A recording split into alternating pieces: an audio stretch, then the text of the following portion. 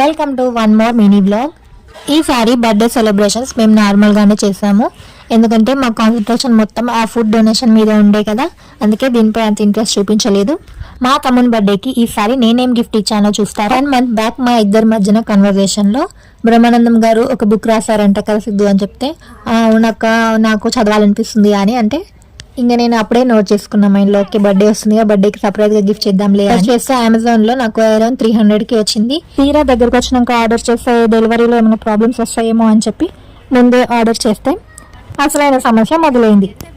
నా ఆరాటానికి ఇన్ని రోజులు దాన్ని ఎవరికి చెప్పకుండా దాచిపెట్టడం అంటే మామూలు విషయమా?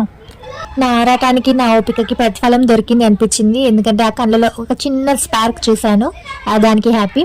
మమ్మీ డాడీ లక్షంతలు వేయడం చూసి విన్నయ్య మేము ఫోటో దిగేటప్పుడు తీసుకొని ఆడుతున్నాడు. ఇంకా లాభం లేదని గిన్నె తీసుకొని ఆయననే మంచిగా ఆడుకుంటున్నాడు కేక్ తిన్న మూతితోని. ఇంతకీ గిఫ్ట్ ఎలా ఉంది?